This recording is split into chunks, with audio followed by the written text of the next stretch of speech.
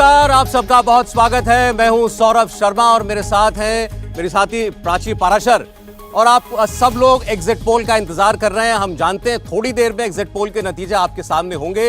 Voting बस अभी अभी खत्म हुई है और सारा डेटा जो है वो कंपाइल हो रहा है। थोड़ी देर में आपके सामने हम रखने जा रहे हैं, लेकिन एग्जिट पोल का सस्पेंस हम आपके सामने खोलें उससे पहले आपको बता दें कि दूसरे फेज में अभी तक जो वोटिंग परसेंटेज सामने आई है वो 60% के करीब है। हालांकि वोटिंग परसेंटेज का फाइनल आंकड़ा आना अभी बाकी है, यह कुछ और बढ़ भी सकता है। पहले चरण में करीब 63% वोट पड़े थे। दूसरे फेज में जिन 14 जिलों में आज वोटिंग हुई है वहां कितने वोट पड़े उसके बारे में आपको एक बार हम अपडेट दे दें, उसके बाद आगे बढ़ते हैं। आपको एक बार फिर से बता दें, वोटिंग के फाइनल आंकड़े नहीं है, लेकिन 60% के करीब वोटिंग हुई है। और एग्जिट पोल का जहां तक सवाल है तो आप हमारा ये सेट देख रहे हैं। गुजरात और हिमाचल प्रदेश दोनों राज्यों में जनता ने क्या मूड बनाकर वोट किया है, हमने टटोलने की कोशिश की है। इंडिया टीवी मेट्राइज का ये एग्जिट पोल आपके सामने अब से चंद मिनटों के बाद आने जा रहा है। दोनों जगह बहुत हाई प्रेस्टीज लड़ाई चल रही है। गुजरात में 27 साल से भाजपा है और 27 साल के बाद क्या एक बार फिर वो अगले 5 साल के लिए जनता का मन मोह पाई है, जनता का मैंडेट ले पाएगी। एग्जिट पोल में आपको इसका एक इशारा मिलेगा। और हिमाचल प्रदेश में जिसकी तासीर है हर 5 साल में सरकार बदलना, वहां पर क्या जयराम ठाकुर एक बार फिर अगले 5 साल के लिए मुख्यमंत्री बनेंगे। और दोनों ही जगहों पर कांटे की लड़ाई है। गुजरात में पहली बार कई दशकों के बाद एक तीसरी पार्टी मैदान में है, तो क्या वो त्रिकोणीय लड़ाई गुजरात में बन पाई जिसकी इतनी चर्चा थी। और साथ ही साथ हिमाचल प्रदेश में क्या एक बार परिपाटी बदलने की बात जो कही गई बीजेपी की तरफ से, प्रधानमंत्री नरेंद्र मोदी ने जो प्रचार किया उसमें क्या बीजेपी उसमें कामयाब होगी? प्राची। बिल्कुल, देखिए इन तमाम सवालों के जवाब आपको मिलेंगे क्योंकि आप भी इंतजार कर रहे हैं एग्जिट पोल का। बहुत जल्द एग्जिट पोल के तमाम आंकड़े हम आपके सामने रखेंगे जिससे आपको यह अंदाजा हो जाएगा कि हिमाचल प्रदेश में आखिर किसके माथे पर विजय तिलक होने जा रहा है और गुजरात में क्या बीजेपी एक बार फिर से अपने रिकॉर्ड को कायम करने में कामयाब हो पाएगी या फिर इस बार कांग्रेस को सत्ता का स्वाद चखने के लिए मिलेगा। इन तमाम सवालों के जवाब अब से कुछ ही देर में आपको मिलने वाले हैं। आज दूसरे फेज का चुनाव गुजरात में तमाम दिग्गजों की जो प्रतिष्ठा है वो दांव पर लगी हुई है। उन सीटों की भी बात करेंगे, एक एक हॉट सीट का आंकड़ा भी आपको बताएंगे। कौन किस पर भारी पड़ रहा है एग्जिट पोल में, ये भी हम आपको बताएंगे। बस थोड़ी देर का और इंतजार सौरभ हमें करना होगा जब गुजरात और हिमाचल की तमाम सीटों का एक एक आंकड़ा सबसे सटीक हम अपने दर्शकों के सामने रखेंगे। और आपको जरा हमारी तैयारी के बारे में बता दें। आज इंडिया टीवी के इस इलेक्शन स्टेडियम के अंदर हमारे साथ मेहमानों का पूरा पैनल मौजूद है। दो बहुत वरिष्ठ पत्रकार हमारे साथ हैं, संजीव श्रीवास्तव जी, हर्षवर्धन त्रिपाठी जी, स्वागत है आप दोनों का। और दूसरी ओर हमारे पॉलिटिकल एडिटर देवेंद्र पाराशर और उनके साथ मनोज सिंह जिन्होंने ये सर्वे किया है वो हमें ज्वाइन कर रहे हैं। मनोज जी ने जो सर्वे किया बहुत एक्सटेंसिव सर्वे है। इनकी टीम जब हम ओपिनियन पोल कर रहे थे तो कई महीनों से गुजरात के अंदर घूम रही थी और एग्जिट पोल में पहले चरण के आंकड़े जो हैं वो आ चुके थे, लेकिन चूंकि दूसरे चरण के मतदान से पहले आपको हम दिखा नहीं सकते इसलिए वो हमने आप उसके बारे में चर्चा नहीं की थी। और अब भी जब वोटिंग खत्म हुई है तो वो डेटा सेकंड फेज का कंपाइल हो रहा है। काफी हद तक हम नतीजों के आसपास पहुंच चुके हैं। आपके सामने थोड़ी देर में हम नतीजे रखेंगे, लेकिन मैं आपको एक बात और जरूर बताना चाहता हूं। मैं कुछ आंकड़े आपके सामने रख रहा हूं क्योंकि ये एग्जिट पोल किन मायनों में औरों से अलग है ये बताना आपको बहुत जरूरी है। इतना बड़ा सैंपल साइज, अलग अलग कॉन्स्टिट्यूएंसीज में जाकर के इतने लोगों से बात, किसी और एग्जिट पोल में आपको वो रिफ्लेक्शन नहीं मिलेगा डेटा का जो इंडिया टीवी और मेट्राइज के डेटा में मिलेगा। मनोज जी का साथ चाहता हूं इसमें। मैं जैसे हिमाचल प्रदेश की हम बात कर रहे हैं, 37,600 लोगों से बात की गई है। 37,600 से लोगों से बात हिमाचल प्रदेश में छोटे राज्य में होना, ये एक बहुत बड़ा सैंपल साइज है। और ये जो इलेक्शन ब्रेकिंग आप देख रहे हैं ये आज गुजरात में दूसरे चरण के मतदान की है, वोटिंग परसेंटेज की है। बिल्कुल, और देखिए दूसरे चरण की वोटिंग अब खत्म हो चुकी है। दूसरे फेज में 60% से ज्यादा वोटिंग हुई है। अभी तक ये आंकड़ा निकलकर सामने आया है। सबसे ज्यादा मतदान कहां पर हुआ है ये भी हम आपको बता रहे हैं। तो बड़ी खबर इस वक्त ये है कि दूसरे चरण की वोटिंग खत्म हो चुकी है। वोटिंग परसेंटेज भी आपके सामने रख दिया गया है। ये देखिए, ये सीट वाइज आपको बता रहे हैं। गांधीनगर की बात करें तो 61.25% यहां पर वोटिंग हुई है। वडोदरा में 59, अहमदाबाद में 55 और आणंद की बात करें तो 63% वोटिंग इस जिले में हुई है। गांधीनगर की बात करें तो 61, खेड़ा में 63 और पंचमहल में 62% वोटिंग आज हुई है। ये वोटिंग फीसद क्या कहता है इस पर भी जरूर बात करेंगे, लेकिन पहले आपके सामने वडोदरा की बात करें तो 59% वोटिंग हुई है। बनासकांठा की अगर बात करें तो 64%, दाहोद में 54 और महिसागर में 58% वोटिंग आज हुई है। साबरकांठा में 65, अरावली में 66 और पाटन में 51% वोटिंग आज हुई है। बनासकांठा में 64, दाहोद में 54, महिसागर में 58% वोटिंग हुई है। तो ये आपको बता रहे हैं हम किस तरीके से वोटिंग का पैटर्न रहा है और ये वोटिंग परसेंटेज क्या कहता है सौरभ, इस पर भी जरूर हम अपने दर्शकों को बताएंगे। और आपके सामने एग्जिट पोल के आंकड़े किस तरीके से आएंगे स्क्रीन पर वो भी एक बार आपको बता दें। देखिए ये पूरी स्क्रीन है जिससे आपको अलग अलग हिस्सों के बारे में गुजरात और हिमाचल के एग्जिट पोल के नतीजे पता चलेंगे। ऊपर जो टॉप टैली चल रही है उसमें आपको गुजरात की सारी 182 सीटों का एग्जिट पोल का नतीजा वो दिखाई देता रहेगा। और जितने रीजन हैं गुजरात के जहां पहले चरण में मतदान हुआ, सौराष्ट्र, कच्छ, दक्षिण या आज जहां वोटिंग हुई है उत्तर गुजरात, मध्य गुजरात, तो वो आपको स्क्रीन के दोनों तरफ वहां का डेटा जो है पता चलता रहेगा, जिसमें बीजेपी ने कितनी सीटों पर लीड हासिल की हमारे मुताबिक, या कांग्रेस ने, आम आदमी पार्टी ने कैसी लड़ाई लड़ी है, और अन्य जिसमें छोटे दल हैं या निर्दलीय हैं वो आपको पता चलते रहेंगे। और जिस सैंपल साइज की सर्वे की मैं बात कर रहा था उसको पूरा करते हुए हमने आपको बताया कि हिमाचल प्रदेश में 47,600 लोगों से बात हुई है, तो गुजरात में 2,02,000 लोगों से बात की गई है। 2,02,000 लोगों से गुजरात में हमने बात की है। और इसके अंदर आपको बता दें 1,20,000 पुरुष थे वो मतदाता जिनसे हमने राय पूछी, 80,000 महिलाएं हैं, और हर कॉन्स्टिट्यूएंसी में कम से कम 1,100 लोगों से उनकी राय ली गई है। और इतने एक्सटेंसिव सैंपल साइज के बाद आज जो डेटा आपके सामने आएगा ये हमें भरोसा है 8 तारीख को आने वाले चुनाव के नतीजों के करीब ही रहना चाहिए, क्योंकि बड़ी मेहनत के साथ मनोज जी की टीम ने ये एग्जिट पोल कंप्लीट किया है। और इससे पहले जो ओपिनियन पोल भी हमने किया था उसके कितना करीब एग्जिट पोल है थोड़ी देर में आपके सामने हम आंकड़े रखेंगे। प्राची, चूंकि इलेक्शन कमीशन की कुछ गाइडलाइंस हैं और एक तय समय सीमा है, उससे पहले आंकड़ा नहीं दिखाया जा सकता, इसलिए थोड़ा सा इंतजार आपको करना पड़ेगा, लेकिन बहुत जल्द वो डेटा एग्जिट पोल का आपके सामने होगा। बिल्कुल, बहुत जल्द वो डेटा इंडिया टीवी आपके सामने रखेगा। सबसे सटीक विश्लेषण होगा सिर्फ इंडिया टीवी पर। आप लगातार देखते रहिए इंडिया टीवी, क्योंकि अब से थोड़ी देर बाद जो आप टेलीविजन स्क्रीन पर ये टैली देख रहे हैं इसमें भी आप बदलाव देखेंगे। एक एक करके जैसे जैसे एक एक सीट का आंकड़ा हम आपको बताएंगे वैसे वैसे ये जो टैली है वो भी फ्लक्चुएट होगी, और आखिर में आपके सामने वो भी आंकड़ा होगा जिसके बाद आप ये तय कर सकेंगे, आप ये समझ पाएंगे कि गुजरात और हिमाचल में किसकी सरकार बन सकती है और किसका दांव इस बार भी फेल साबित हो सकता है। अब से कुछ ही देर बाद सौरभ हम ये बताएंगे।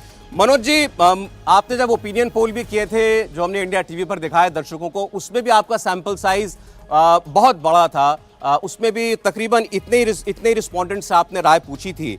एग्जिट पोल के बारे में थोड़ा सा आप हमको बताइए और दर्शकों को भी क्लैरिटी दीजिए। बहुत से लोग सोचते होंगे एग्जिट पोल का मतलब क्या है, तो क्या जब मतदाता वोट करके निकलता है तुरंत आप उससे सवाल पूछते हैं, और क्या सवाल पूछा जाता है?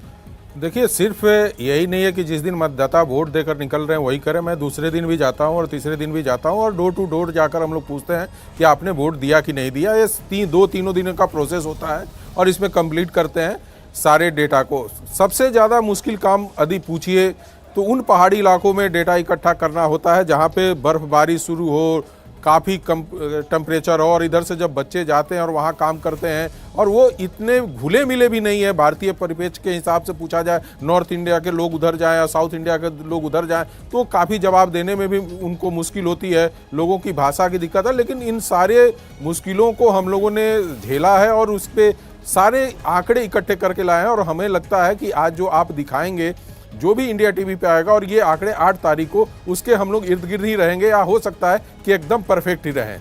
और जहाँ तक रही बात महिलाओं, पुरुषों और बच्चों की बात है, तो हमारी कोशिश ये होती है कि लगभग सबके सैंपल साइज को बराबर रखा जाए जिस हिसाब से पॉपुलेशन वहाँ पे है। महिलाओं का पॉपुलेशन उस स्टेट का कितना है, पुरुषों का कितना है, और उसी के हिसाब से हम लोगों ने सैंपल भी इकट्ठा करते हैं ताकि हमारा मैच कर सके कि हम आंकड़े कैसे इकट्ठा कर रहे हैं। तो इसमें आप ये भी ध्यान रखते हैं अपने सैंपल साइज में कि आप जो सवाल पूछ रहे हैं उसमें कितने लोग जो हैं किस सामाजिक वर्ग से आते हैं, किस आर्थिक वर्ग से आते हैं, कुछ जो कॉन्स्टिट्यूएंसी जो है वो कितनी दुर्गम है या शहरी कॉन्स्टिट्यूएंसी है, हर हिसाब से डिस्ट्रीब्यूट करते हैं सैंपल को? एकदम, ये सारा कुछ ध्यान में रखा जाता है कि उस जिस व्यक्ति का हम ले रहे हैं उसका एज क्या है, उसकी इनकम कितनी है, किस क्षेत्र से आते हैं, ग्रामीण इलाकों से हैं या शहरी इलाकों से हैं, वो किस तरीके से सरकार को सोचते हैं। चूँकि ये चीज़ें समझना इसलिए ज़रूरी होता है कि यदि ग्रामीण इलाके के लोग बताएंगे उनकी मुश्किलें वहाँ पे कैसी थी और शहरी इलाकों की मुश्किलें किस तरह का होती है। जैसे ग्रामीण इलाकों में जाएंगे तो वो एग्रीकल्चर रिलेटेड ज़्यादा बात करेंगे कि सरकार हमारे लिए एमएसपी पे कुछ नहीं करे, हमारे लिए अन्य के और खेती से रिलेटेड कुछ नहीं करे। और शहरी क्षेत्रों में जाएंगे तो उसमें युवा वर्ग ये अच्छा, आगे जब हम बात करेंगे आपसे मनोज जी, ये एक हर व्यक्ति ये सोचता है कि गांव में ज्यादा वोट पड़ते हैं, शहरों में कम वोट पड़ते हैं, ऐसा क्यों है? और ये हर चुनाव में लगभग हम देखने को मिलता है। हमें इसका सवाल जवाब आपसे लेंगे, लेकिन प्राची एक बार आप बता दें अगर कि आगे डेटा किस तरीके से पहुंचने वाला है दर्शकों तक। बिल्कुल, देखिए हम वो जरूर दिखाएंगे अपने दर्शकों को। ये देखिए, ये आप डेटा इसमें देखेंगे जब आपके सामने ये डेटा आएगा 182 सीटों का हम वोट प्रतिशत आपको बताएंगे और थोड़ी देर बाद ये जो 0-0 आप देख रहे हैं ये नंबर्स में कन्वर्ट हो जाएगा और आपके सामने गुजरात की जो पिक्चर है वो क्लियर हो जाएगी कि गुजरात में बीजेपी, कांग्रेस, आम आदमी पार्टी और अन्य के खाते में कितने वोट जा रहे हैं, यानी वोट शेयर कितना जा रहा है। वोट शेयर पर तमाम राजनीतिक दलों की निगाहें रहती हैं कि वोट शेयर उनका कितना बड़ा है, कितना घटा है। इस एग्जिट पोल में ये आंकड़ा आपके लिए बहुत दिलचस्प होगा कि बीजेपी, कांग्रेस, आम आदमी पार्टी और अन्य के खाते में अगर गुजरात की बात करें तो कितना वोट प्रतिशत जा सकता है। इसके बाद ये एक और ग्राफिक आप देखेंगे जिसमें गुजरात की 182 सीट की हम बात करेंगे और आपको बताएंगे किसके खाते में कितनी सीटें गई हैं। ये 0-0 बहुत जल्दी नंबर्स में कन्वर्ट होगा, वो तस्वीरें भी आप इंडिया टीवी पर देखेंगे। और कितना परिवर्तन 2017 से देखने को मिला है वो कंपैरिजन भी आपके सामने होगा कि 2017 में किसको कितनी सीटें मिली थी और इस बार कितनी सीटें मिलने जा रही हैं। आम आदमी पार्टी पिछली बार चुनाव में कोई फैक्टर नहीं थी, इस बार देखते हैं वो क्या कोई कमाल कर पाती है। भारतीय जनता पार्टी और कांग्रेस पार्टी, बहुत फासला दोनों के बीच में नहीं था 2017 में, इस बार क्या वो फासला जो है और सिकुड़ेगा, कम होगा या कोई एक पार्टी बढ़त बना पाती है? एग्जिट पोल में हमें क्या मिला है देखने के लिए वो भी आपके सामने होगा। बिल्कुल, और देखिए अब रीजन वाइज भी आपको बताएंगे क्योंकि गुजरात की अगर बात करें तो रीजन वाइज यहाँ पर वोटर्स का जो मूड है, जो मिजाज है वो अलग अलग होता है, मुद्दे अलग अलग होते हैं और इसीलिए हम भी उसी के अकॉर्डिंग आपके सामने आंकड़े रखेंगे। मध्य गुजरात की भी बात होगी, कुल 40 सीटें हैं और यहाँ पर किसके खाते में कितनी सीटें जाएंगी ये हम आपको बताएंगे एग्जिट पोल में। गुजरात एग्जिट पोल की ये तस्वीर आपके सामने कुछ ही देर में क्लियर हो जाएगी, कुछ ही देर बाद ये आंकड़े आपके सामने आ जाएंगे। सबसे सटीक विश्लेषण इंडिया टीवी पर होगा। उसके बाद फिर उत्तर गुजरात की भी बात होगी। आप देखिए ये जो नाव आप चलती हुई देख रहे हैं, बीजेपी का झंडा इस पर लगा हुआ है, इस पर आप नजर रखिएगा क्योंकि इसी पर आपको वो आंकड़े नजर आएंगे ओपिनियन पोल के जिसमें आप ये जानेंगे कि गुजरात में आखिर किसकी ये आप जो एक नाव है महीने वो से चलती नजर आ रही है। साबरमती के किनारे पर शो कर रही है रोज, तो वे कुछ साबरमती लग रहा है आपको, नहीं लग रहा है? बिल्कुल, साबरमती जो पहचान है और साबरमती को लेकर जो मुद्दे या फिर जो चर्चा है सौरभ वो बहुत हुई है क्योंकि विपक्ष का ये कहना है कि साबरमती रिवर फ्रंट बनाकर कोई बहुत बड़ा काम भारतीय जनता पार्टी ने नहीं किया है, तबकि बीजेपी इसे बड़ी उपलब्धि में गिनती है और बताती है कि गुजरात के लिहाज से, अहमदाबाद के लिहाज से काफी अहम है और विकास के लिहाज से भी काफी अहम है। तो इस पर भी चुनाव जो है वो होता हुआ नजर आया है सौरभ वहां पर। अब हमारे साथ मेहमान, राजनीतिक मेहमान भी जुड़े हुए, के शर्मा जी हमारे साथ भारतीय जनता पार्टी से हैं। स्वागत है शर्मा साहब आपका। थोड़ी देर में एग्जिट पोल के आंकड़े सामने रखेंगे तो क्लैरिटी मिलेगी। आपकी पार्टी तो 150 सीट जीतने का दावा कर रही है अभी तक, लेकिन जितने और ओपिनियन पोल वगैरह आए हैं और एक्सपर्ट्स जितने गुजरात जाकर जिन्होंने चुनाव को कवर किया, एक बात तो कहते हैं कि ये जो चुनाव है ये कोई लहर वाला चुनाव नहीं है। ये चुनाव ऐसा नहीं है जिसके अंदर कोई बहुत बड़ा मुद्दा लोगों के बीच में हो, कोई बहुत डिससैटिस्फैक्शन हो, ऐसा भी नहीं है। ना ही ऐसा कोई मुद्दा उनको मिला है कि वो सत्तारूढ़ दल के साथ जो है एक मुश्त जाएं। तो आपके हिसाब से चुनाव में जब आप लोग गए, आपको यकीन है अपनी बात पहुंचाने में कामयाब हुए? देखिए सौरभ जी, मैं एग्जिट पोल का और जो ओपिनियन पोल है वो सबका सम्मान करता हूं और पहले से आपने ओपिनियन पोल में देखा कि लगातार भारतीय जनता पार्टी को एक बड़ी विजय की तरफ जो है उनका वो दिखाते रहे, दिशा उनकी यही रही है। लेकिन जो आपने कहा कि वहाँ पर कोई ऐसा प्रमुख मुद्दा नहीं था या ऐसा नहीं, मैं ऐसा नहीं समझता सौरभ जी। वहाँ मुद्दा था और बहुत अच्छा, जो भी आप पब्लिक के बीच आपके रिपोर्टर गए हैं, जो लोग पहुंचे हैं और जिन लोगों से बात किया है, तो 2-3 बातें वहाँ प्रमुखता से आई है। निश्चित तौर से वो चाहते हैं डेवलपमेंट, क्योंकि एक वैश्विक प्रदेश भी है गुजरात, तो वो वहाँ पे एक डेवलपमेंट को देखना चाहते हैं कि विकास कौन कर सकता है। उसके साथ उन्हें 2-3 बातें और जुड़ी हुई है। वहाँ सुरक्षा, वहाँ पर शांति, वहाँ पर एक व्यवसाय का माहौल तो कैसे मिले, तो ये सब चीज़ें वहाँ बहुत मायने कर रही थी। और वहाँ पर उनको लगता था कि हमें कोई सुरक्षा दे सकता है तो कौन दे सकता है, कौन किसके नेतृत्व में मिल सकता है। यदि हमें कोई यहाँ शांति स्थापित कर सके, हमारे व्यवसाय को बढ़ा सकता है तो कौन दे सकता है, हमारे व्यवसाय को एक अच्छा अवसर दे सकता है तो कौन दे सकता है। और केवल गुजरात नहीं बल्कि पूरा प्रदेश, पूरे देश में जो सुरक्षा और शांति का जो माहौल है और जो अवसर इस समय अंतर्राष्ट्रीय जगत में जो मिल रहा है, भारत को जिस तरह की पहचान मिल रही है, भारत एक जो है बड़ी अर्थव्यवस्था की तरफ बढ़ रहा है, तो वो किसके नेतृत्व में बढ़ रहा है, किस पार्टी के? मेरे ख्याल से अब आप असली मुद्दे पर शर्मा साहब आप पहुंचे। मैं आपके गुजरात के कैंपेन को बिल्कुल आप ठीक करें, गुजरात के चुनाव को, हिमाचल के चुनाव को भी आपने जितने मुद्दे गिनाए उस सबको आप एक नाम में भी बोल देते तो काफी था, नरेंद्र मोदी। आपकी पार्टी चुनाव लड़ी दोनों जगह एक शख्स पर, एक चेहरे पर, नरेंद्र मोदी के नाम पर। मानते हैं कि नहीं मानते? नहीं सौरभ जी, इसमें कोई दो मत नहीं है कि हम भारतीय जनता पार्टी के करोड़ों कार्यकर्ताओं का सौभाग्य है कि आज के दिन में हमारा जो नेतृत्व कर रहे हैं माननीय प्रधानमंत्री श्री नरेंद्र मोदी जी, वो जो है केवल भारत के ही नहीं बल्कि आज विश्व के सबसे प्रतिष्ठित और लोकप्रिय नेता हैं।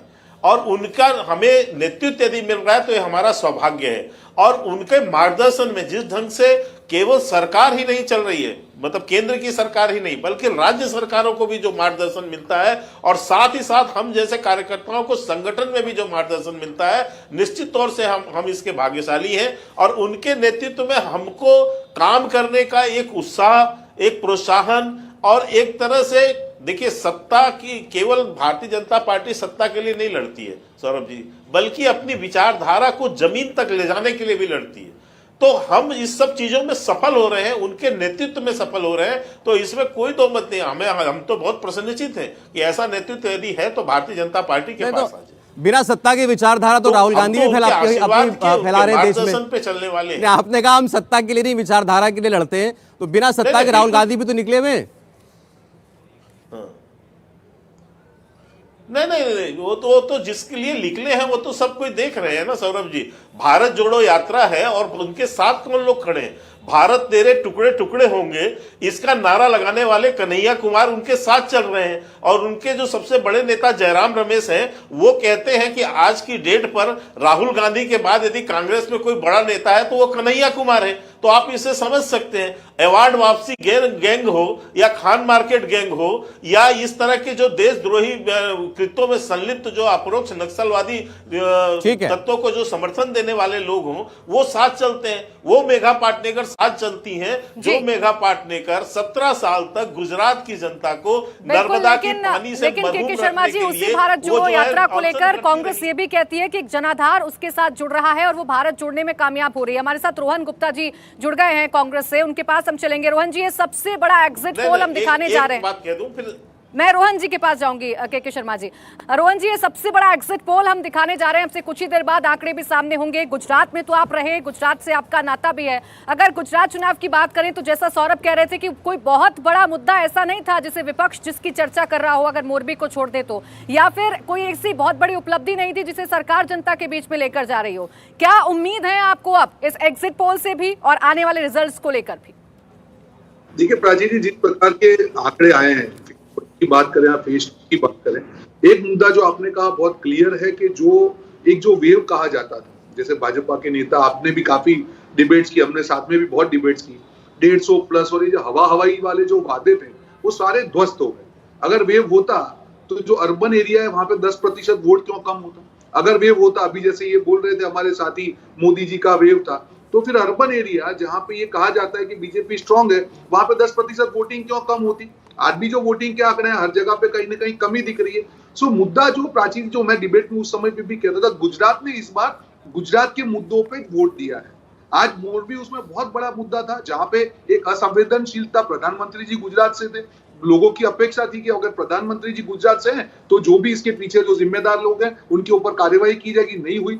जैसे जैसे चुनाव आगे बढ़ता गया प्राची जी, भाजपा ने बहुत प्रयास किया, पर आखिर में जब भाजपा हिंदू मुसलमान और पाकिस्तान पे आ जाता है तो समझ लीजिए कि वो लोग चुनाव हार रहे हैं, वो उनकी मजबूरी है, वो अल्टीमेट चीज है।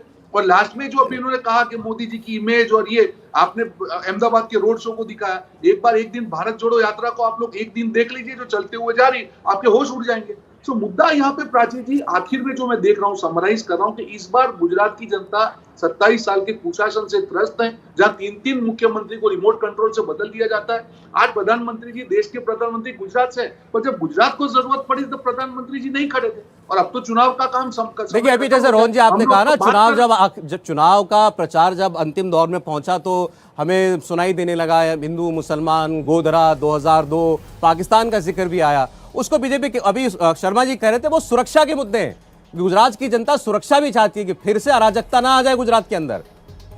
मतलब ये मैं वही कह रहा हूँ, देखिए सौरभ जी, अगर किसी पार्टी ने 27 साल किसी राज्य ने उनको आशीर्वाद दिया हो, आपको नहीं लगता है कि उनके काम में इतना दम होना चाहिए कि उनको ये सब डराने वाले मुद्दे ना लाने पड़े? आज मैंने 2017 का इनका जो मैनिफेस्टो है सौरभ जी, जो संकल्प पत्र है, मैंने 10 डिबेट में भाजपा के प्रवक्ता के सामने चैलेंज के साथ मुद्दे डिस्कस किए। कहा था कि महिलाओं को मुफ्त शिक्षा देंगे, इंटरनेशनल यूनिवर्सिटी बनाएंगे, हम लोग स्मार्ट सिटी को डिलीवर करेंगे। अगर 2017 का एक भी मुद्दा आपने डिलीवर किया नहीं है तो आपकी मजबूरी है कि आपको हिंदू मुसलमान और पाकिस्तान करना ही पड़ेगा। और लास्ट हफ्ते में जैसे जैसे चुनाव नजदीक आता गया, ये जब आते, जो ये तीनों की जब एंट्री हो गई, तब समझ लीजिए कि भाजपा को मालूम है कि अब जो जमीनी हकीकत है वो अलग जा रही है, हम चुनाव हार रहे हैं। पर इस बार सौरभ जी वो मुद्दे भी नहीं चले हैं, मैं आपको बता रहा हूँ, ये पहला गुजरात चुनाव है, वहां पे वो मुद्दे भी इस बार नहीं चले। के शर्मा जी इस बात का जवाब देना चाह रहे हैं। के शर्मा जी तो ये कह रहे हैं रोहन गुप्ता जी कि वो भी तो देश का ही मामला है, अगर सुरक्षा की बात कर रहे हैं तो गुजरात देश से अलग नहीं है। के शर्मा जी, आपके पास 27 साल की एक भी उपलब्धि नहीं है, इसी वजह से सिर्फ और सिर्फ कारपेट बॉम्बिंग पर ही आप डिपेंडेंट हैं। नहीं, मुझे आश्चर्य लगता है कि कांग्रेस के प्रवक्ता कहते हैं 27 साल में यदि भारतीय जनता पार्टी ने गुजरात की जनता के विकास के काम नहीं किए होते तो क्या गुजरात की जनता हमको 6-6 बार चुनाव जिताती? क्या हमें 27 साल तक वहां सत्ता में रहने देती? और केवल यही नहीं, स्थानीय निकाय से लेकर आप लोकसभा चुनाव तक चले जाइए, लगातार लगभग सारी सीटें भारतीय जनता पार्टी को गुजरात की जनता देती है, तो बिना काम किए दे रही है। आश्चर्य यही है। सच्चाई ये है कि रोहन जी, जो कांग्रेस के प्रवक्ता हैं वो वास्तविकता से बहुत दूर हैं, जमीनी हकीकत से दूर हैं, क्योंकि कांग्रेस की विश्वसनीयता बची नहीं है, उसके नेतृत्व की विश्वसनीयता नहीं बची है, इसलिए जो है जनता उनकी बातों पर विश्वास नहीं करती, और हमारे बातों पर इसलिए विश्वास करती है कि जो हम कहते हैं वही नहीं, उससे भी ज्यादा करके देते हैं। मैं उपलब्धियों की, आज चुनाव समाप्त हो गए हैं, मुझे वो बहुत उपलब्धि गिनाने की जरूरत नहीं है, लेकिन मैंने उस दिन भी कहा था उसी रिवर फ्रंट पे। शर्मा जी, वैसे कभी कभी चुनाव के बाद ही बताना चाहिए कि हमने क्या किया है, सिर्फ चुनाव में नहीं। बनाने वाली भारतीय जनता पार्टी है आज। नहीं, सुन लीजिए, मैं बात उपलब्धियों पे बता दूं, कुछ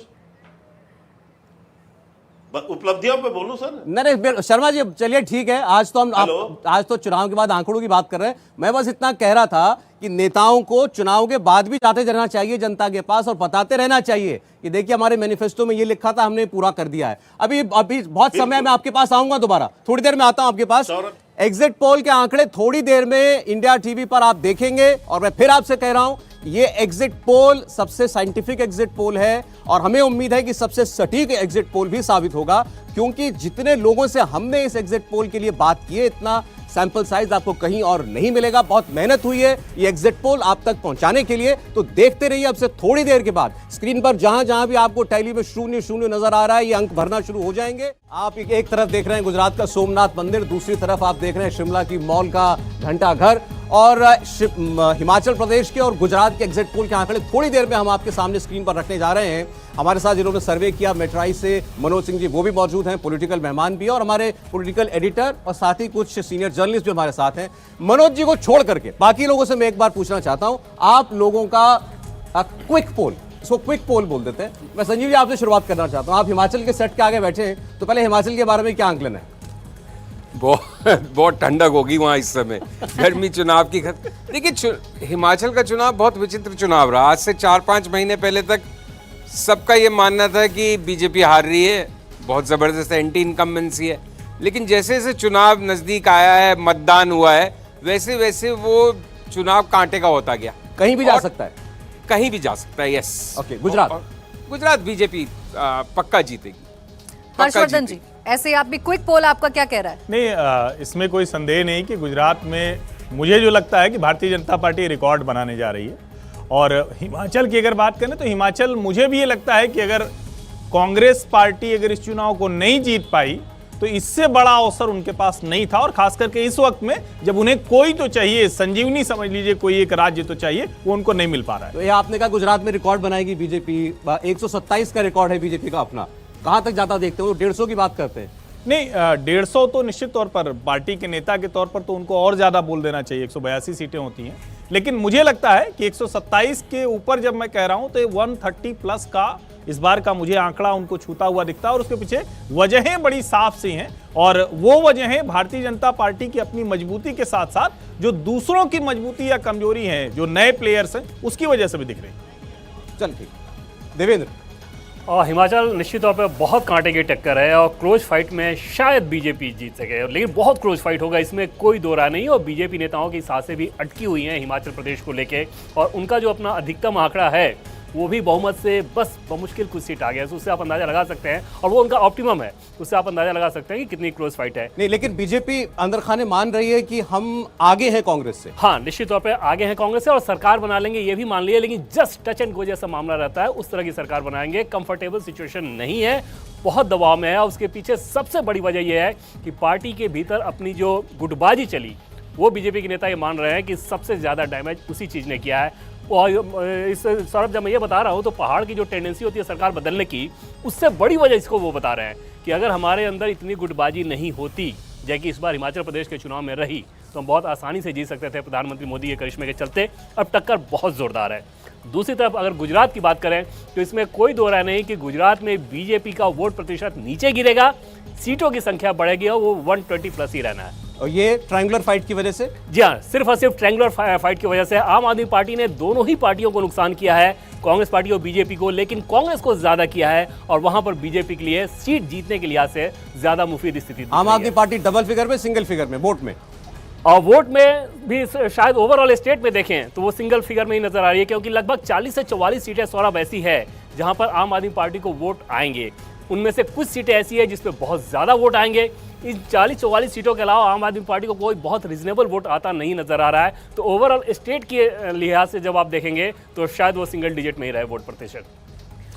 मनोज जी, जब आप जनता के बीच में गए, आप लोगों के बीच में गए जहां पर ये सर्वे हो रहा था और आपने ज्यादा से ज्यादा लोगों को कवर करने की कोशिश की, क्या मुद्दे रहे? ऐसी कौन सी बड़ी चीज रही जो खासकर गुजरात चुनाव में सबसे ज्यादा चर्चाओं में रही, जो जैसा जिक्र कर रहे हैं कि आम आदमी पार्टी की एंट्री के बाद मुकाबला दिलचस्प हुआ, तो इसकी चर्चा थी लोगों में भी? देखिए, जहाँ तक अभी बीजेपी के प्रवक्ता आए थे और उन्होंने एक तरह से है अभी भी आपको सुन रहे हैं? है भी है ना, तो वो एक्सेप्ट भी उन्होंने किया था कि गुजरात में अधिक कोई वोट मिल रहा तो नरेंद्र मोदी के लिए मिल रहा है। आप देखिएगा बेरोजगारी के ऊपर, पिछली बार हम और सौरभ बैठे थे तो काफी कांग्रेस के लोग नाराज भी हुए थे कि भाई आप बेरोजगारी पे क्यों नहीं कराते हैं, जीएसटी और इस पे क्यों नहीं कराते हैं। आप इस मुद्दे पे जब आगे हम लोग डिस्कशन करेंगे तो देखिएगा बेरोजगारी की बातें आती हैं, लेकिन कभी उस पर वोट नहीं होता है, ये मुद्दे बनते नहीं है। गुजरात जो है, जो शांति प्रिय लोग हैं, बिजनेस वाले हैं, बिजनेसमैन हैं, और उनको चाहिए कि एक हमें व्यापार कैसे करने के लिए एक सूक्ष्म बाजार मिले, और वो मिलता हुआ मोदी और भाजपा के शासन में दिखा है। और यही कारण है कि वहाँ के लोगों ने बड़ी शांतिपूर्वक इस चीज़ों को 27 सालों तक भारतीय जनता पार्टी को सत्ता सौंपा है। और ये अधिक, जैसे अभी हर्षवर्धन जी ने कहा कि नहीं हो सकता है कि 130 प्लस भी आ सकते हैं, ये आंकड़े बाद में हम लोगों को पता चलेगा, सारे आंकड़े आ जाने चाहिए। लेकिन इतना जरूर है कि पूरे गुजरात में चुनाव कोई ऐसा मुद्दा नहीं था, या कोई ऐसा मुद्दा नहीं था जिस पे चुनाव हो। तो जो भी था, नरेंद्र मोदी की अपनी छवि थी, संगठन के काम किए हुए लोग थे, और जो इस तरीके से लोगों ने वहां गुजरात में काम किया है बीजेपी के लोगों ने, वो काफी सराहनीय है। कांग्रेस अपने आप को पूरे चुनाव के समय अपने आप को क्यों अलग रखे हुई थे जनता के साथ में, ये बहुत खला है जनता। एक बार फिर आप सबका स्वागत है। आप देख रहे हैं इंडिया टीवी पर एग्जिट पोल गुजरात और हिमाचल प्रदेश के चुनावों के बाद आज जब दूसरे दौर का मतदान खत्म हुआ है गुजरात में, तो आपके सामने हम ये सर्वे लेकर के आए हैं और बार बार आपको ये बात हम दोहराना चाहते हैं आपके सामने कि इस सर्वे में जितने लोगों से बात की गई है वो ऐतिहासिक है। कभी किसी सर्वे में 2 लाख लोगों से बात उनकी राय नहीं ली गई। सैंपल साइज 2 लाख का गुजरात का है, लगभग 50,000 का हिमाचल प्रदेश का है। अलग अलग क्षेत्रों में, गुजरात के हर क्षेत्र में जाकर के एक एक कॉन्स्टिट्यूएंसी के अंदर जाकर के बात की गई है, वोटर्स से, मतदाता से बात की गई है, अलग अलग वर्गों के मतदाता से बात की गई है। और ऐसे ही हिमाचल प्रदेश में भी दुर्गम से दुर्गम जगहों पर हमारी टीम गई है, मेट्राइज की टीम गई है, वहां जाकर लोगों से बात की गई है। और इसीलिए ये एग्जिट पोल जो है, हमें उम्मीद है कि करीब करीब एग्जैक्ट पोल साबित होना चाहिए और आपके सामने आंकड़े हम थोड़ी देर में रखना शुरू कर देंगे। और तैयारी हमारी आपके सामने सारे डेटा को बड़े ही साफ सुथरे ढंग से, ताकि आप समझ पाएं, पहुंचाने की है।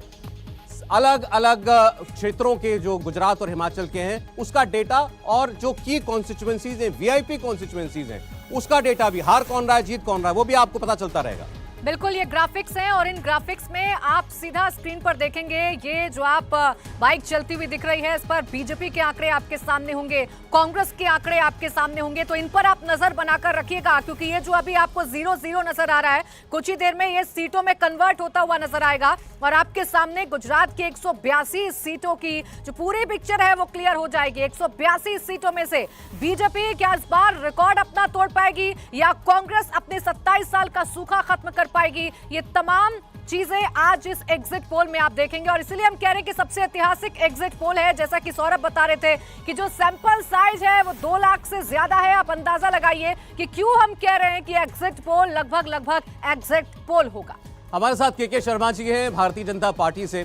शर्मा साहब, यहाँ पर जो हमारे पैनल में हमारे मेहमान हैं, देवेंद्र हमारे पॉलिटिकल एडिटर हैं, सबकी गुजरात को लेकर राय एक समान थी, गुजरात में आपको दिक्कत नहीं होनी चाहिए। और ये राय भी आए कि आपकी सीटें बढ़ती हुई दिखाई देती हैं, वोट शेयर भले ही थोड़ा कम भी हो सकता है। ये अभी उनकी राय है, ये है, मैं एग्जिट पोल की राय नहीं बता रहा हूँ, व्यूअर्स के लिए बोल रहा हूँ, ये हमारे पैनलिस्ट की राय है गुजरात के लिए, बीजेपी के लिए। लेकिन इसमें बहुत बड़ा योगदान उन शख्स का है जिनके साथ आप यहाँ दिल्ली में लड़ रहे थे आज, अरविंद केजरीवाल गुजरात में हैं, इसीलिए इस बार आप जो है हो सकता है रिकॉर्ड बना दें, जैसा कि हर्षवर्धन जी ने कहा।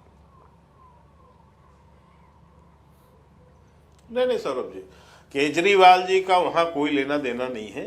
वो वहां पर केवल पोस्टर और बैनर की पार्टी जो है यानी थे, और उनका वहां कोई असर होने वाला नहीं। हम उससे नहीं जीत रहे हैं, हम अपने विकास कार्यों से जीत रहे हैं। लेकिन मैं एक बात जरूर आपके चैनल में अभी कहना चाहता हूं, हिमाचल से रिलेटेड, क्योंकि अभी आपने हिमाचल की भी चर्चा की। सौरभ जी, मेरी मुलाकात भी आपसे हिमाचल में हुई थी, मैं लंबे समय तक वहां था।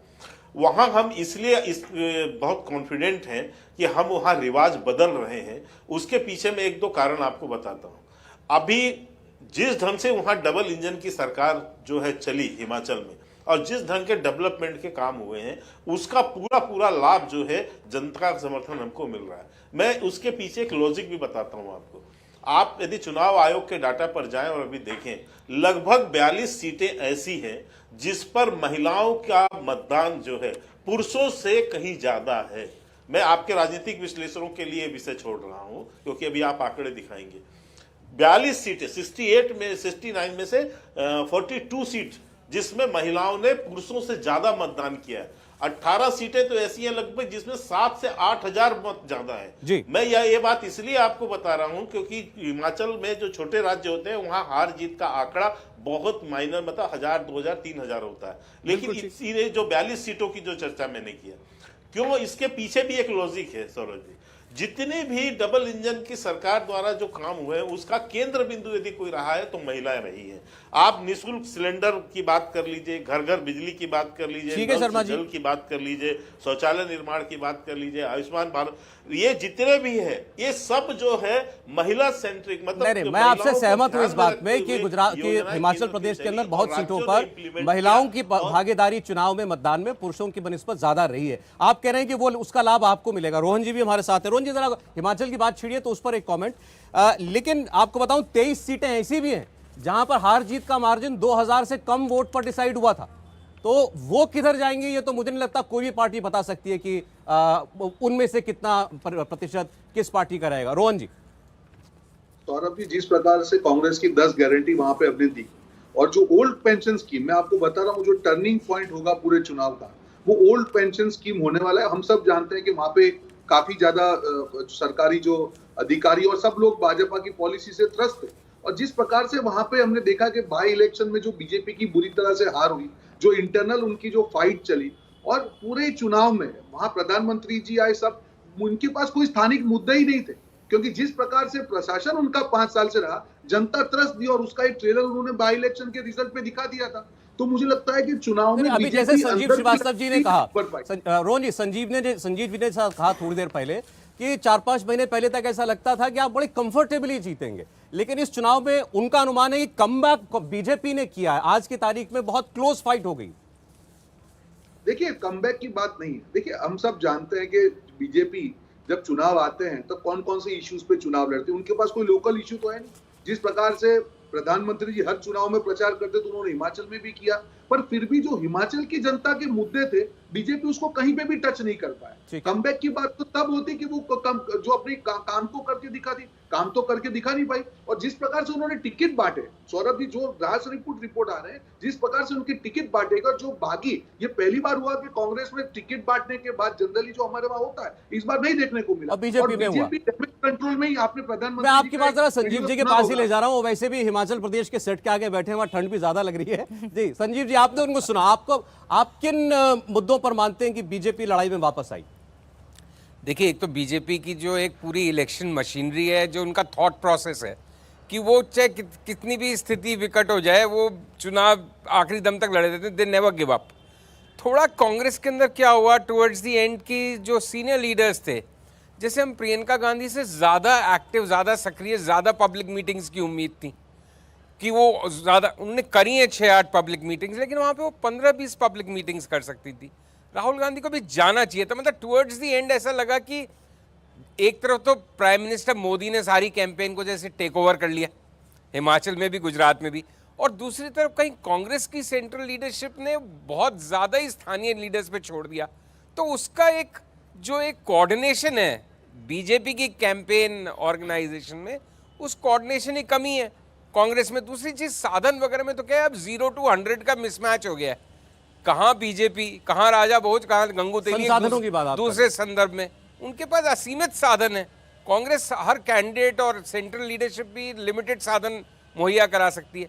और फिर चाहे बागी रेबल्स 22-20 बीजेपी के हों, लेकिन वहाँ भी कांग्रेस लोकल लेवल पे 3 स्पष्ट ग्रुप्स बने हुए हैं, 3 चीफ मिनिस्ट्रियल दावेदार हैं, तो थोड़ा बहुत उसका भी। और फिर अल्टीमेटली लास्ट माइल कन्वर्जन कौन ज़्यादा अच्छा कर सकता है, उसमें भी हमारा विगत का अनुभव ये रहा है कि जैसे गुजरात में भी कुछ सीटों पे आपके कॉरेस्पॉन्डेंट थोड़ी देर पहले बता रहे थे कि भाई कांग्रेस का कैंडिडेट स्ट्रांग है, वहाँ तो वो वोट को कन्वर्ट करवा पा रहा है, ला पा रहा है कांग्रेस के मतदाता को।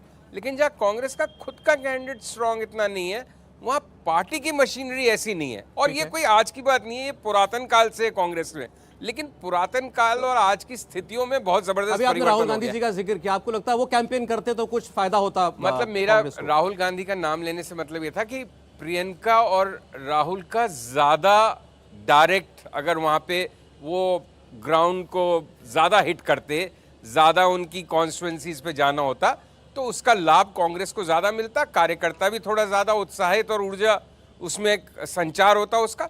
वो राहुल का तो हमें मालूम ही था, लेकिन प्रियंका भी ज्यादा क्यों नहीं उसने स्वयं को डिप्लॉय किया, ये एक छोटी मोटी हिमाचल में तो खैर प्रियंका जी दिखाई दी, गुजरात के अंदर बिल्कुल नहीं दिखाई दी ना। नहीं, लेकिन वो तो उनका टर्फ हिमाचल ही था, ये तो एक तरह से डिसाइडेड था कि वो ज्यादा हिमाचल पे फोकस करेंगी। लेकिन इतनी भी बड़ी बात नहीं है कि उस पर इतनी लंबी चर्चा की जाए, लेकिन अपेक्षाकृत जितना ज्यादा वो दिखनी चाहिए थी ग्राउंड पे, उसके मुकाबले कम दिखी। क्यों सर? लेकिन अभी मतलब ये बड़ी बात चर्चा के लिए इसीलिए, मुद्दा इसीलिए है, जैसे भारतीय जनता पार्टी के पास नरेंद्र मोदी सबसे बड़ा चेहरा है, कांग्रेस पार्टी के पास सबसे बड़ा चेहरा राहुल गांधी ही है, और आप अपने सबसे स्टार कैंपेनर को अगर चुनाव में नहीं उतार रहे हैं, अब इसके पीछे क्या कैलकुलेशन रही, तो रोहन जी हमको बता सकते हैं। रोहन जी, भी आपने सुना राहुल जी का हिमाचल में न जाना, गुजरात में एक दिन के लिए जाना, ये अभी भी लोग इसके बारे में बात करते हैं। उनका कहना है कि हिमाचल में थोड़ा और सीधा कनेक्ट अगर होता प्रियंका जी राहुल जी का, तो शायद और बेहतर होता कांग्रेस का परफॉर्मेंस। देखिए सौरभ जी, जनरली जब राहुल जी की बात आती है तब ये कहा जाता है कि राहुल जी प्रचार करेंगे तो इसमें कांग्रेस का फायदा नहीं होता। अब इनको राहुल जी के लिए प्रेम आ गया है, आप राहुल जी की बात कर रहे हैं, देखिए राहुल जी हो, प्रियंका जी हो, हमको मालूम है कि स्थानिक मुद्दे क्या है। अब बीजेपी जिस प्रकार से चुनाव ये लड़ी है, ये कोई राष्ट्रीय चुनाव तो था नहीं, जिस प्रकार से प्रधानमंत्री ने, और यही फर्क है। जो हिमाचल में जो मुद्दे हैं, आप ओपीएस की बात नहीं कर सकते, जो कांग्रेस ने 10 गारंटी की बात की, उसकी बात की नहीं थी। महिलाओं के लिए जो कांग्रेस की स्कीम थी लक्ष्मी, उसकी उन्होंने बात नहीं की। जो मुद्दे हम 10 गारंटी लेके गए हैं, बीजेपी के पास मुझे बताइए आखिरी दिन 2-4 दिन पहले तक मैनिफेस्टो उनका तैयार नहीं होता, क्योंकि उनके पास कुछ बोलने के लिए। और जनता अब समझ चुकी है, जब राज्य के चुनाव होते हैं, वो गुजरात हो, वो हिमाचल हो, जो भी राज्य के चुनाव हो, जनता चाहती है कि जो सरकार जो थी वो अपना रिपोर्ट कार्ड दे और आने वाले समय में क्या करने वाली। जवाब दे जरा शर्मा साहब एक बार। रोहन जी ये कहना चाह रहे हैं जहां मुद्दे होते हैं वहां चेहरों की जरूरत नहीं पड़ती। नहीं, मुझे आश्चर्य है कि रोहन जी कितना हिमाचल को समझ पा रहे हैं। पहले तो एक चीज करेक्ट कर दूं मैं कि जो वहां अपने प्रियंका गांधी के मात्र 4 रैली हुए थे सौरभ जी, 7-8 रैली भी नहीं कर पाई हो, क्योंकि जनता ही नहीं इकट्ठा हो रही थी। और अंतिम दिन जिस दिन प्रचार समाप्त हो रहा था, माल रोड में उनका रोड शो था 3 बजे, वो रोड शो भी करने नहीं आई, उसको भी छोड़ के चली गई, क्योंकि वहां जनता इकट्ठा ही नहीं हुई। 40-50 लोग थे, इसलिए वो रोड शो नहीं की लास्ट दिन प्रचार के समय पे। अब अभी ये कह रहे हैं कि इनके पास मुद्दे नहीं थे। मैं कहता हूं ठीक है, आपने ओपीएस की बात की, अच्छी तरह से वहां पढ़ी लिखी ही जनता है। आप ही के नेता ने जाके वहां क्लियरिटी कर दिया, जिसने प्रेस कॉन्फ्रेंस करके अशोक गहलोत जी ने कहा हमने नोटिफाइड किया है, नोटिफिकेशन किया है। भूपेश बघेल ने भी जाके यही कहा कि नोटिफिकेशन किया है। जब वहां लोगों ने पूछा कितने को दिए 5 साल में, वादे तो 5 साल के थे, तो उन्होंने आंकड़े गिनाए 238 लोग। तो जनता वहां की समझ गई कि आप क्या झूठ परोसना चाहते हैं। तो जनता उसी समय समझ गई थी कि ये मुद्दा आप नहीं कर सकते। जिस ढंग से वो आरोपी आप नहीं दे पाए, पूर्व सैनिकों को 500 करोड़ का एक वो दिखा के चले गए, इसलिए जनता वहां जानती थी कि आप ये ओपीएस नहीं कर पाएंगे। ये कोई कर सकता है तो सिर्फ जयराम ठाकुर और प्रधानमंत्री मोदी जी ही हमें दे सकते हैं। नहीं तो दिया कि आपने तो वादा ही नहीं किया शर्मा साहब। वही बात आपने कहा के शर्मा जी, ओपीएस का तो आपने कहा करेंगे तो हम करेंगे। उसके नेक्स्ट डे ही हमने विजिट डॉक्यूमेंट ये old pension scheme Himachal Pradesh में, गुजरात में, दोनों जगह कांग्रेस पार्टी के मैनिफेस्टो में आपने तो इस पर एक लाइन नहीं बोली है। नहीं, उस पर हमने कहा है, हमने कमेटी बनाई है सौरभ जी, कमेटी पर चर्चा होके उसकी सारे ऑप्शन देखे जा रहे हैं। हम जनता से झूठ, हम वही, मैंने क्या कहा, हमारी विश्वसनीयता इसी बात की है, क्योंकि जो हम कहते हैं वही करते हैं।